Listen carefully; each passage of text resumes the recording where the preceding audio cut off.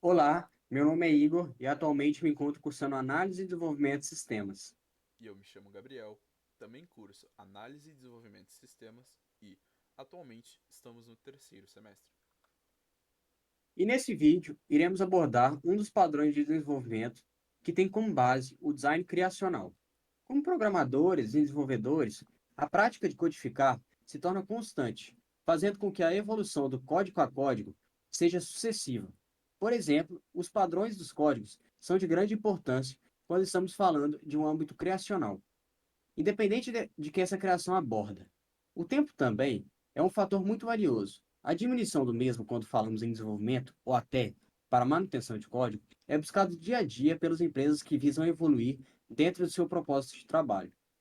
Com isso, nesse vídeo, iremos falar um pouco sobre o padrão de desenvolvimento conhecido como Factory Method, que, traduzido, pode ser dito como um método de fábrica. Este nome se dá pela automatização que acontecia e ainda ocorre nas fábricas de modo geral. Mas neste padrão, essa automatização seria para a criação de novas classes a partir de uma classe main. Os padrões Factory, no caso Factory Method e Abstract Factory, têm como principal objetivo nos auxiliar a reduzir acoplamento em nosso software, ou seja, ele vai manter dependências flexíveis e, para isso, fazendo com que as dependências deixem de ser explícitas. Como uma definição formal do padrão, é possível dizer: o Factory Method define uma interface para criar um objeto, mas deixa que as subclasses decidam qual classe instanciar. O Factory Method permite a uma classe adiar a instanciação ou das subclasses. Porém, antes de irmos mais a fundo, achamos adequado explicar a estrutura do Factory Method. Nesse exemplo de diagrama de classe, podemos ver a implementação desse padrão. Ele segue dessa forma: o Product será a interface do usuário, onde ele iria solicitar a criação de um objeto. O Concrete Product é a classe que implementa o que foi posto pelo usuário na interface. O Creator é uma classe abstrata, que declara o Factory Method, define o que os products devem fazer e que retorna um objeto do tipo Product.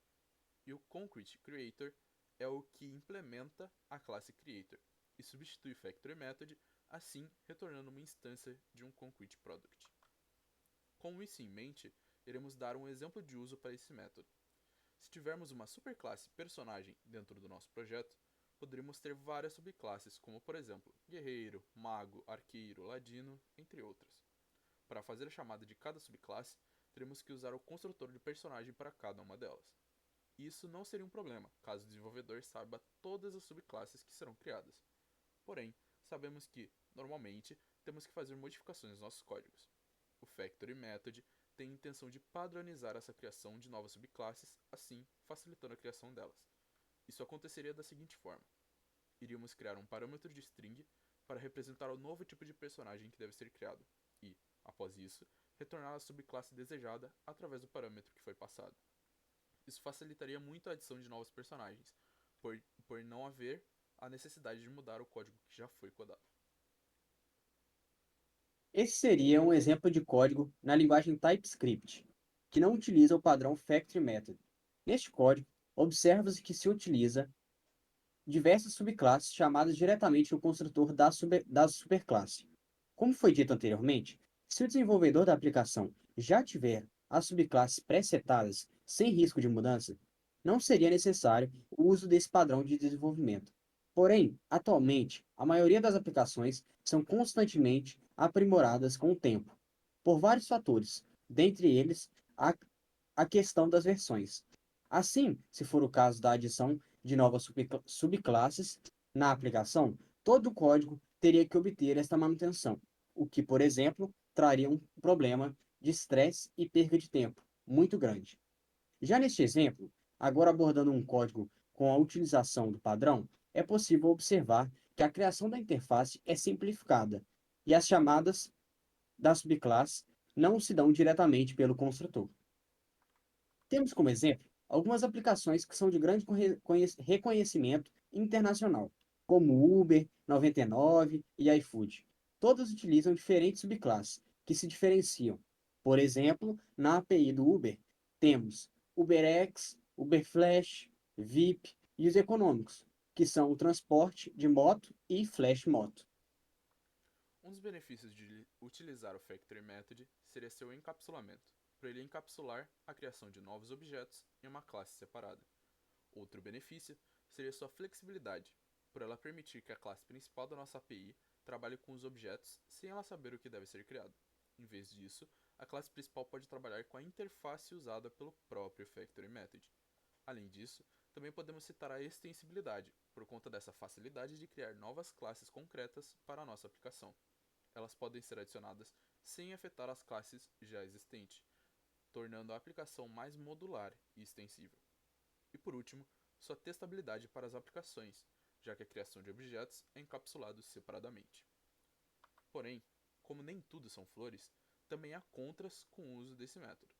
Um deles seria sua complexibilidade, especialmente em APIs de pequeno porte, já que a necessidade de criar mais classes para encapsular a criação de objetos o deixaria mais difícil de manter e de entendê-lo. Outro problema seria a otimização do código, pois, caso a API tenha muitas classes, isso pode aumentar o uso de memória e o tempo necessário para rodar a aplicação. E por último, seria a abstração excessiva, que pode deixar o código ilegível, principalmente em aplicações pequenas e mais simples. Isso pode isso pode tornar uma complexidade desnecessária. Em conclusão, o Factory Method é um padrão de design criacional que pode ser muito útil e pode simplificar a criação de objetos em uma aplicação de grande porte.